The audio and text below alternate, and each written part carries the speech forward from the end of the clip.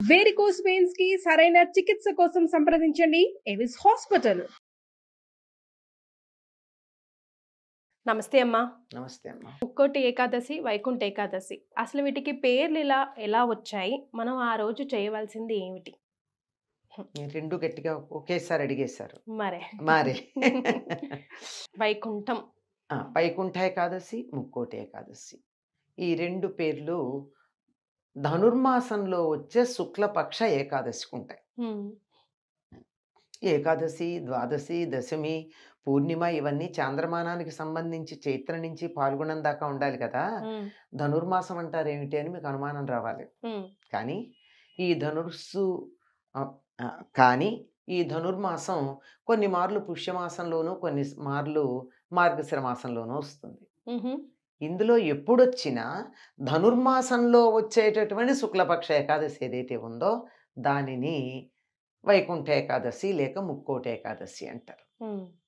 ఎందుకు అంటే ఆషాఢ శుద్ధ ఏకాదశి నాడు యోగ నిద్రల్లో ప్రవేశించినటువంటి శ్రీ మహావిష్ణువు 4 నెలలు అయిన తర్వాత మేలుకుని నెమ్మదిగా తన పడక గది తలుపు తీసుకుని తన ఇంటి లోపల ఉన్నటువంటి ఆంతరంగికులకి దర్శనం ఇచ్చేటటువంటి సమయం. ఇప్పుడు మామూలుగా మనకి ఇంటికి ఎవరైనా వచ్చినట్టయితే ఆత్మీయులైతే ఇంటి లోపల మాట్లాడతాం, మిగిలినటువంటి వాళ్ళైతే సింహద్వారం ముందుకొచ్చో బయటకు వచ్చి మాట్లాడతాం. ఇంటి లోపలికి అంతరాలయాల్లోకి రానియ్యం కదా, లోపల భాగాల్లోకి. అలా లోపల భాగంలో దర్శనమిచ్చేటటువంటి సమయం ఈ ముక్కోటి ఏకాదశి. అంటే ఆషాఢ శుద్ధ ఏకాదశి నాడు నిద్రకు ఉపక్రమిస్తాడమ్మా. 4 నెలలు నిద్రిస్తాడు, యోగ నిద్ర. 4 నెలలు ఏమిటి లెక్క అంటే మనకి ఒక సంవత్సరం జరిగితే దేవతలకు ఓ రోజు అవుతుంది. మన ఒక సంవత్సరంలో ఎన్ని పక్షాలు ఉంటాయి? నెలకి 2 పక్షాలు చొప్పున సంవత్సరానికి 24 పక్షాలు. మనకి రోజులో 24 గంటలు ఉంటాయి. మన 24 గంటల్లో మనం విశ్రాంతి తీసుకునే సమయం 8 గంటలు. కనుక 8 గంటలు అంటే 8 పక్షాలు అంటే 4 నెలలు. కనుక 4 నెలలు ఆయన విశ్రాంతి తీసుకుంటాడు. విశ్రాంతి తీసుకున్నాక తలుపు తీసుకుని బయటకు వస్తాడు. ఇది ఎప్పుడు బ్రాహ్మీ ముహూర్తాన, తెల్లవారుజామున. ఎప్పుడు తెల్లవారుతుంది? ఉదయం 6 గంటలు అయ్యాక తెల్లవారుతుంది మనకి. భగవంతుడికి ఎప్పుడు తెల్లవారుతుంది? మకర రాశిలో సూర్యుడు ప్రవేశించినప్పుడు సూర్యోదయం అవుతుంది. అది ఉత్తరాయణ ప్రారంభం. అందుకే మకర సంక్రమణాన్ని ఏమంటాం? ఉత్తరాయణ పుణ్యకాలం అనేటటువంటి పదం వాడతాం. అక్కడి నుంచి 6 నెలలు ఉత్తరాయణం. ఆ తరువాత జూలైలో వచ్చేటటువంటిది దక్షిణాయనం. దక్షిణాయనం 6 నెలలు రాత్రి, ఉత్తరాయణం 6 నెలలు పగలు. పగలు అంటే సూర్యోదయానికన్నా ముందే లేస్తాం. పద్ధతి తెలిసిన వాళ్ళు, సంప్రదాయం తెలిసిన వాళ్ళు ఎప్పుడు నిద్రలేస్తారు? సూర్యోదయానికన్నా ముందు 4-4:30కి లేస్తారు. సూర్యుడు ఉదయించాక లేవరు. మనం పడుకుని ఉండగా సూర్యుడు చూడకూడదట. అది లెక్క. అది మన నిద్ర లేవడానికి. అసలు ఎవరినైతే నిద్రిస్తుండగా సూర్యుడు చూస్తాడో వారికి ఎక్కువ తెలివితేటలు ఉండవు, అభివృద్ధి ఉండదు అని చెప్తారు. అంటే వాళ్ళని రోగుల కింద పరిగణిస్తాడంట సూర్యుడు అని మా నాన్న చెప్పి. అదే అంటున్నాను, ఏమి ఆరోగ్యం ఉండదని చెప్పాను కదా. మరి అలాంటిది ఆ స్థితి ఉండకూడదు కదా. కనుక ఎప్పుడు లేవాలి? 4-4:30కి లేవాలి. మకర సంక్రమణం నాడు సూర్యోదయం అయ్యేటట్టయితే ఒక సంవత్సరానికి ఎప్పుడు లేవాలి? సూర్యోదయానికన్నా ముందు లేవాలి కదా.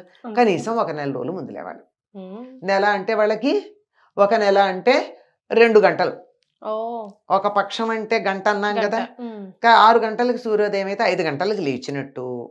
మకర సంక్రమణం నాడు సూర్యోదయం అయితే ధనుస్ సంక్రమణం నాడు నిద్రలేస్తాడు. అలా లేచి నెమ్మదిగా తలుపు తీసుకుని పడగదిలో నుంచి తన కోసం ఎదురు చూస్తున్నటువంటి వారు ఇంటి లోపల ఎదురు చూస్తున్న వాళ్ళకి దర్శనమిస్తారు. ఈ వైకుంఠ ద్వారం తెరుచుకుంటుంది కనుక దీనికి వైకుంఠ ఏకాదశి అని పేరు. అప్పుడు తలుపులు తెరుచుకుంటాయి వైకుంఠానికి, శ్రీ మహావిష్ణువుని దర్శించుకోవడానికి. కనుక ఇది వైకుంఠ ఏకాదశి. అలాగే ఆయన దర్శనం కోసం ఎప్పుడో అయితే అలసిపోతాడు సాయంకాలానికి, నిద్ర లేవంగానే మొట్టమొదట కనుక వెళ్ళినట్టయితే రాత్రంతా విశ్రాంతి తీసుకుని హాయిగా ఉంటాడు, తాజాగా ఉంటాడు. తాజాగా ఉన్నప్పుడు కొంచెం మనసు ప్రసన్నంగా ఉంటుంది. వెళ్ళి స్వామిని దర్శించుకుందామని చెప్పి ముక్కోటి దేవతలు అక్కడ ఉంటారు. కనుక ముక్కోటి ఏకాదశి నాడు విష్ణుమూర్తికి ఎవరైతే నమస్కారం చేసుకుంటారో వాళ్ళు ఎంతమందికి నమస్కారం చేసినట్టు? ముక్కోటి దేవతలకు నమస్కారం చేసినట్టు. ముక్కోటి దేవతలు నమస్కారం చేసుకోవడానికి ఒక్క చోట విష్ణువుని దర్శించుకోవడానికి వెళ్ళినటువంటి రోజు ఏదైతే ఉందో దాన్ని ముక్కోటి ఏకాదశి అన్నారు. వైకుంఠపు ద్వారాలు తెరుచుకుంటాయి గనక వైకుంఠ ఏకాదశి అన్నారు. ఇదమ్మా ఈ పేరు రావడానికి కలిగినటువంటి కారణం. నిజం మాట ఎట్లా ఉన్నా అసలు ఎందుకు ఆ మాట అంటారో తెలుసుకుందాం. సాధారణంగా దేవాలయాల సింహద్వారాలు తూర్పు వైపు ఉంటాయి, కానీ ఉత్తరం వైపు కూడా ఒక ద్వారం ఉంటుంది. ఆ ఉత్తర ద్వారం ఏమిటంటే ఈ ఇంటి లోపలికి వెళ్ళేది, తూర్పు ద్వారం ఏమో ఇంట్లోంచి బయటకు వచ్చేది.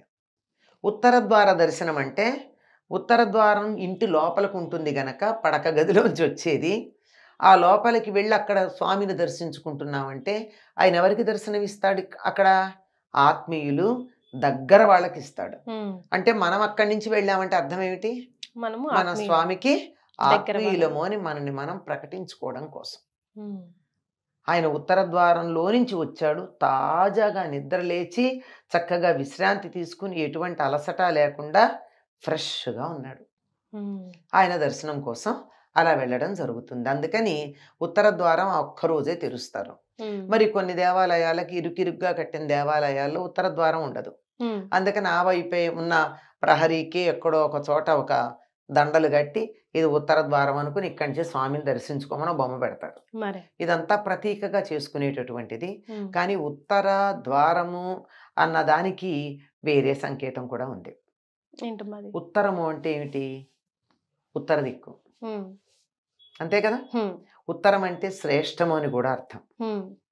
ఉత్తర ద్వారం అంటే శ్రేష్టమైన ద్వారము, పైన ఉండే ద్వారం. మన శరీరంలో పైన ఉండే ద్వారం ఏమిటి? అదే ఆ ద్వారం దగ్గర భగవంతుడు ఉంటాడు కనుక అక్కడికి వెళ్ళి దర్శనం చేసుకోమని. మూలాధారంలో ఉన్నటువంటి కుండలిని శక్తి ఏదైతే ఉందో 3.5 చుట్టలు చుట్టుకుని ఉండేది, అది ఒక్కసారి ఇలా పైకి లేచి ఇలా నిరాఘాటంగా, ధనుర్మాసం గురించి ఏం చెప్పుకున్నాం? ధనుర్మాసంలో ఏదైనా వింటి నుండి ఎక్కువ పెట్టబడి వదిలినటువంటి బాణంలాగా సూటిగా వెళ్ళిపోతుందని మూలాధారంలో ఉన్నటువంటి శక్తి ఈ వెన్నుపాము ద్వారా సూటిగా బయటికి వెళ్ళి ఇక్కడ ఉత్తర ద్వారం దాకా వెళ్ళడం జరుగుతుంది. కనుక ఆనాడు చేసే సాధన మనని నేరుగా ఉత్తరం వైపుకి, మన శరీరంలో ఉత్తర దిక్కిది, అక్కడికి తీసుకెడుతుంది అని చెప్పడానికి ఉత్తర ద్వారం అన్నారు. అక్కడ ఉత్తర ద్వారం ఏమో కానీ ఇక్కడ ఉత్తర ద్వారం తెలుసుకునే ప్రయత్నం గనక చేసినట్టయితే మనం ఆధ్యాత్మిక మార్గంలో ఉన్నత స్థానానికి వెళ్ళేటటువంటి అవకాశం ఉంది. రైట్. అలాగే అమ్మ, ఏకాదశి కాబట్టి ఆ రోజు ఏకాదశి నియమాలు యాజ్ ఇట్ ఈస్ గా ఫాలో అవ్వాలి, ఏమైనా ప్రత్యేక నియమాలు ఉంటాయా? ఏకాదశి నియమాలు ఎలాగూ ఉంటాయి. ప్రత్యేక నియమాలు అంటే ఆనాడు పూర్తిగా విష్ణువుని ధ్యానం చేయాలి. మరి ప్రతి ఏకాదశికి సంవత్సరంలో 24 ఏకాదశులు వస్తాయి. 24 ఏకాదశులు పూర్తి నియమాలు పాటించలేం. ఏదో అభ్యంగన స్నానం కాదు, తల స్నానం చేయడం, అభ్యంగనం చేయకూడదు ఆ రోజు. మామూలు నీళ్లే పోసుకోవాలి తల మీద. అది భోగానికి చిహ్నం కదా అభ్యంగన స్నానం. చేత మామూలుగా స్నానం చేసి వీలైనంత వరకు విష్ణు స్మరణ చేసి విష్ణు సహస్రనామాదికాలో ఏవో అధ్యయనం చేస్తూ రోజును గడుపుతూ వీలైతే ఆహారం తినకుండా ఉండడం. మంచినీళ్ళు కూడా తీసుకోకూడదా? అలా ఏం లేదమ్మా, మన సంప్రదాయంలో అంత కాఠిన్యం లేదు. ఒక్క జ్యేష్ఠమాసంలో అనుకుంటా ఒక్క ఏకాదశికి నిర్జల ఏకాదశి అని పేరు. ఆ ఒక్క ఏకాదశి నాడే నీళ్లు కూడా తీసుకోకుండా ఉంటారు. మన దగ్గర అంతటి కఠినమైనటువంటి నియమాలు, నువ్వు ఇవి పాటించకపోతే నరకానికి వెళ్ళిపోతావని శాపాలు ఏమి ఉండవమ్మా. ఎవరికి ఎంత వీలైతే అంతవరకు పాటిస్తూ ఉండటం, వాటి వల్ల చక్కగా హాయిగా సుఖంగానే మన మార్గం కూడా సుఖంగానే ఉంటుంది. కనుక ఉపవాసం ఉండేటటువంటి వాళ్ళు భోజనం చేయకుండా పళ్ళో పాలో తీసుకోవచ్చు. తీసుకుని భగవద్ధ్యానంలో ఎక్కువ సమయాన్ని గడిపితే మన జీవ ప్రజ్ఞ అలా ఉన్నత స్థితికి అలా పైకి వెళ్ళడానికి అవకాశం ఉండేటటువంటిది. అది ఈ ప్రతి ఏకాదశికి చేసే నియమాల కన్నా దీన్ని మరి కొంచెం అధికంగా, అంటే అప్పుడు ఏదో ప్రతి ఏకాదశికి ఒకసారి విష్ణు సహస్రనామం చదువుతాను అనుకుంటే ఈసారి ఎక్కువ సార్లు చేస్తారు. కొంచెం ఎక్కువగా చేయడం వీలైతే. ఉద్యోగాలకు వెళ్ళిపోతుంటాం కదా, అదేమ్మా, నేను అన్నది వీలైతే అన్న పదం ఒకటి వాడాను, పూర్తవని ఇలా మీరు ఉమ్, వీలైతే దేవాలయానికి వెళ్ళి ఉత్తర ద్వారం గుండా దర్శనం చేసుకోవడం. ఉమ్, అలాగే ఏదైనా అధికంగా చేయాలనుకుంటే చేయడం, ఉమ్, ఏది చేయాలనుకున్నా భగవద్ధ్యానానికి సంబంధించినవే చెయ్యాలి. అది కాస్త చేస్తే కూడా ఎక్కువ ప్రయోజనం ఉంటుంది అన్న ఉద్దేశంతో, అంటే ఏ సమయంలో మనం చేసే సాధన ఎక్కువ ఫలితం ఇస్తుంది అని తెలిసి ఋషులు మనకి చెప్పారు. ఉమ్, ఈ సమయంలో చేసేది ఎక్కువ ఫలితాన్ని ఇస్తుంది అని. కొంతమంది మేము ఉపవాసం ఉండలేమండి, మందులు వేసుకుంటాం, పొట్టలో ఏదో ఒకటి లేకపోతే ఆ మందులకి వికారం వస్తుంది అంటారు. ఉమ్, అటువంటి వాళ్ళు ఏం చేయొచ్చు అంటే పళ్ళో పాలు తీసుకోవచ్చు. ఓకే. లేదండి మాకు అది కూడా పడవు, గట్టిగా ఏదన్నా ఉండాలి ఘన పదార్థం అంటే ఉప్పు లేకుండా తింటారు. ఉహుం, ఓకే. ఏదైనా సరే తీపి పదార్థంగా వండినది చేసుకొని, ఏది తినకూడదు, రా వండింది మెటీరియల్. కూడా తినకుండా ఉండడం మంచిది. లేదా అలాంటిది ఏమన్నా తినకపోతే ఉండలేను అంటే ఆ వండేటటువంటిది ఏదో వితౌట్ సాల్ట్, ఉప్పు లేకుండా. ఉప్పు లేకుండా ఉండేది. ఎక్కువ మంది తేలిగ్గా ఉంటుందని సత్యనామూర్తి ప్రసాదం లాగా చేస్తారు కదమ్మా హల్వా, అమ్మా. ఆ హల్వా చేసేసుకుంటారు, అందులో ఉప్పు ఉండాల్సిన పని లేదు గనక. ఉమ్, అది లేదంటే అంత తీపి కూడా తినడానికి వీలైన పరిస్థితులు ఉంటాయి కొంతమందికి. ఉమ్. అప్పుడు హాయిగా రవ్వనే ఉడకబెట్టుకుని తింటారు, అందులో ఏ రకమైన ఉప్పు కారాలు వేసుకోకుండా. వేసుకోకుండా.